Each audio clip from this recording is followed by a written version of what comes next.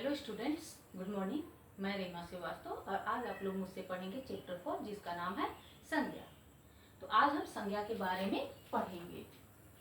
संज्ञा की परिभाषा देख लेते हैं। किसी व्यक्ति, वस्तु, स्थान या भाव के नाम को संज्ञा कहते हैं। एक बार फिर से देखते हैं। किसी व्यक्ति, वस्तु, स्थान या भाव के नाम को संज्ञा कहते हैं। संज्ञा के भेद, संज्ञा के भेद, संज्ञा के कितने भेद हैं ये जानते हैं। संज्ञा के 3 भेद हैं, 1 2 3, 1 2 3, 3 भेद संज्ञा के हैं। कौन कौन से हैं? पहला व्यक्तिवाचक संज्ञा, दूसरा जातिवाचक संज्ञा और तीसरा भाववाचक संज्ञा। तो आज हम संज्ञा के बारे में पढ़ेंगे। संज्ञा किसे कहते हैं उसकी परिभाषा हमने देखा।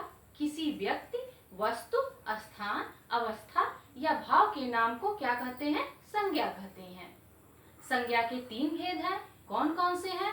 व्यक्तिवाचक संज्ञा, जातिवाचक संज्ञा और भाववाचक संज्ञा।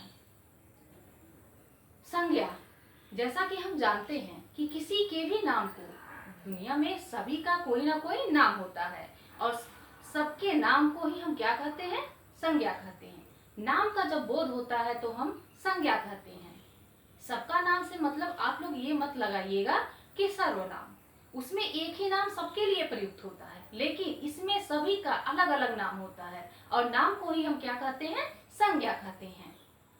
तो संज्ञा आप लोग क्या होता है जान लीजिए। संज्ञा के भेद 3 भेद हैं।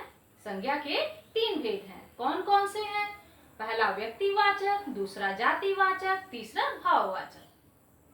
कुछ विद्वानों ने 2 और संज्ञा के भेद माने हैं, द्रव्यवाचक संज्ञा और समूहवाचक संज्ञा। उनके बारे में हम नेक्स्ट वीडियो में देखेंगे और जानेंगे, लेकिन मुख्य रूप से हम जानते हैं कि संज्ञा के 3 भेद होते हैं, व्यक्तिवाचक, जातिवाचक और भाववाचक। व्यक्तिवाचक संज्ञा किसे कहते हैं ये जानते हैं। संज्ञा किसे कहते हैं ये हमने परिभाषा के द्वारा जान लिया। दुनिया में सभी प्राणी के, निर्जीव हो या सजीव हो, सभी वस्तुओं के, सभी स्थानों के, सभी का कुछ न कुछ नाम होता है और नाम को ही हम क्या कहते हैं? संज्ञा कहते हैं। तो संज्ञा हमें क्लियर है कि संज्ञा किसे कहते हैं। सभी के कुछ न कुछ नाम होते हैं और उन्हीं नामों को ही हम क्या कहते हैं? संज्ञा। जैसे कि ये क्या बोर्ड है, इसका नाम है संज्ञा है। ये स्केल है, इसका नाम है इंच, ये इसका नाम है और ये भी क्या है? संज्ञा है।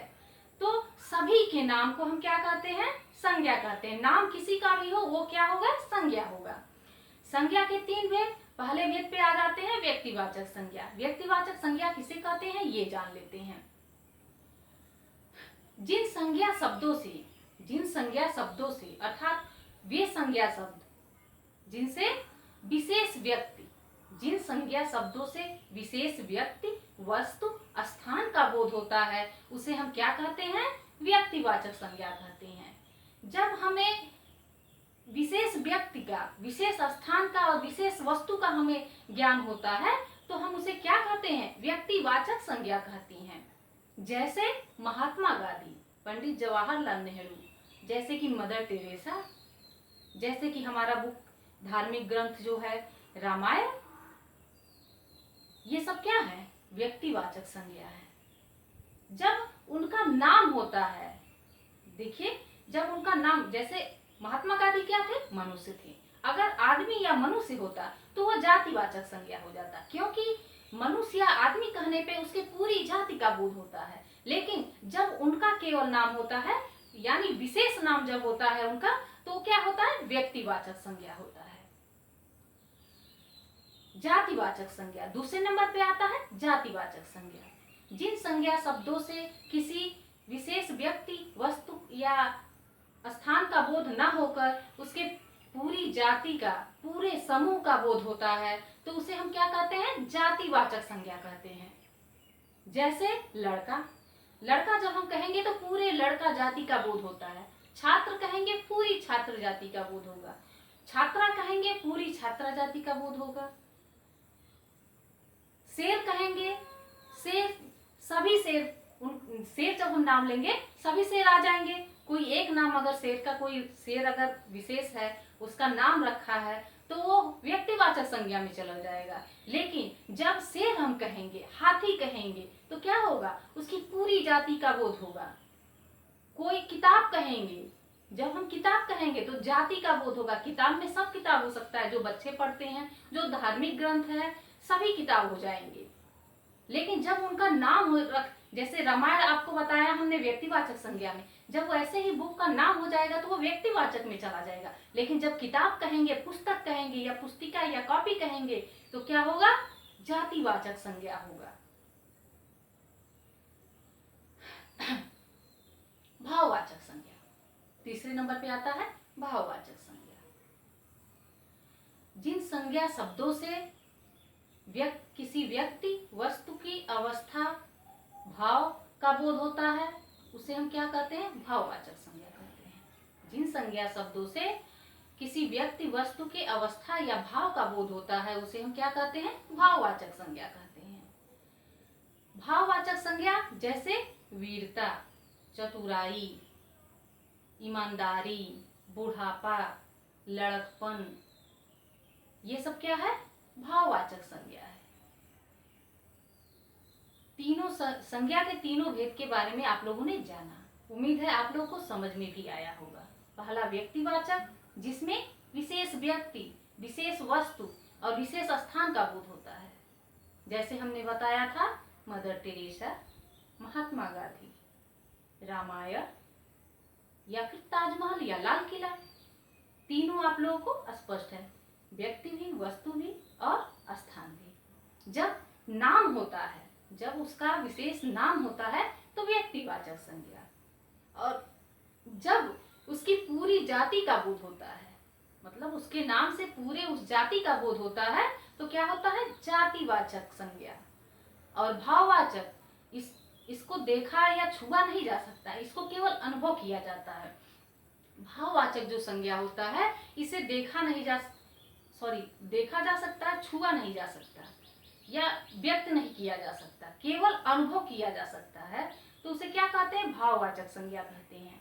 जैसे बचपन हम क्या कर सकते हैं, बच्चे को देखेंगे, उसका बचपन अवस्था है, बचपना है उसके अंदर, ये हम महसूस करते हैं। तो बच्चा से बचपन, मीठा से मिठास, लड़का से लड़कपन, ये सब क्या है, वीर से वीरता, ये सब क्या है, भाववाचक संज्ञा है। देखिए, भाववाचक संज्ञाओं का निर्माण कई प्रकार से होता है।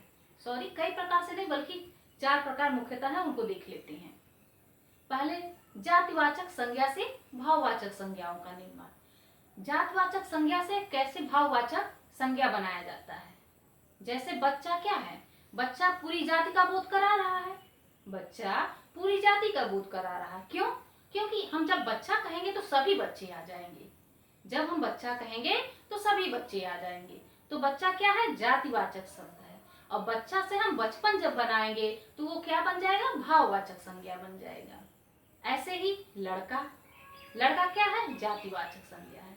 लड़का से हम भाववाचक बनाएंगे तो लड़कपन क्या बन जाएगा, लड़कपन। मानव क्या है, जातिवाचक संज्ञा है। मानव से मानवता क्या हो गया, भाववाचक। पशु क्या है, जातिवाचक संज्ञा। पशु से पशुता क्या है, भाववाचक संज्ञा। तो ऐसे जातिवाचक से भाववाचक संज्ञा बनता है। उसके बाद सर्वनाम से भी बनता है भाववाचक संज्ञा। सर्वनाम जैसे स्वयं, स्व क्या है, स्वयं मतलब अपने बारे में, स्वत्व क्या हो गया, भाववाचक हो गया। सर्व क्या है, ये सर्वनाम शब्द है। सर्व क्या है, सर्वनाम शब्द है। सर्व से सर्वस्व क्या है, भाववाचक। ममत्व, मम क्या है, सर्वनाम है, ममत्व भाववाचक संज्ञा है। तो इस प्रकार हम सर्वनाम से भी भाववाचक संज्ञा बनाते हैं। उसके बाद क्रिया से बनाया जाता है। क्रिया द्वारा भी भाववाचक संज्ञाओं का निर्माण होता है। जैसे हंसना, हंसी खेलना खेल, पढ़ना पढ़ाई। तो ये सब क्या थे? विशेषण के शब्द थे। ये सब क्या थे? सॉरी, विशेषण नहीं, ये क्रिया के शब्द थे। सॉरी, ये विशेषण नहीं बल्कि क्रिया के शब्द थे। जैसे हंसना क्या है? ना लगा हुआ है, हंस ना क्रिया है, पढ़ना क्रिया है। तो ये सब हंसना से हंसी, पढ़ना से पढ़ाई, ये सब क्या है? भाववाचक संज्ञा है। ये दोनों भाववाचक संज्ञा किससे बने हैं? क्रिया से बने हैं। अब देखते हैं विशेषण से। विशेषण से भाववाचक संज्ञाओं का निर्माण। विशेषण से भाववाचक संज्ञाओं का निर्माण। जैसे मीठा क्या है? विशेषण है। मीठापन या मिठास क्या है? भाववाचक संज्ञा है। कड़वा, तीखा, तीखा क्या है? कड़वा क्या है? ये विशेषण है। लेकिन कड़वापन, तीखापन क्या है? भाववाचक संज्ञा है। तो ऐसे जातिवाचक संज्ञा से भाववाचक संज्ञा का निर्माण होता है, सर्वनाम से होता है, क्रिया से होता है और विशेषण से होता है। इन चारों तरीकों से भाववाचक संज्ञाओं का निर्माण होता है। तो आज हमने जाना, एक बार फिर से रिवाइज करते हैं। संज्ञा किसे कहते हैं? सभी के नाम को संज्ञा कहते हैं। लेकिन नाम हो सभी का नाम, एक ही नाम सबके लिए प्रयोग ना हो, सभी का अलग अलग नाम क्या होता है? संज्ञा होता है। किसी व्यक्ति, वस्तु, स्थान या अवस्था के नाम को क्या कहते हैं? संज्ञा कहते हैं। संज्ञा के तीन भेद हैं: व्यक्तिवाचक संज्ञा, जातिवाचक संज्ञा, भाववाचक संज्ञा। संज्ञा के तीन भेद: व्यक्तिवाचक, जातिवाचक, भाववाचक।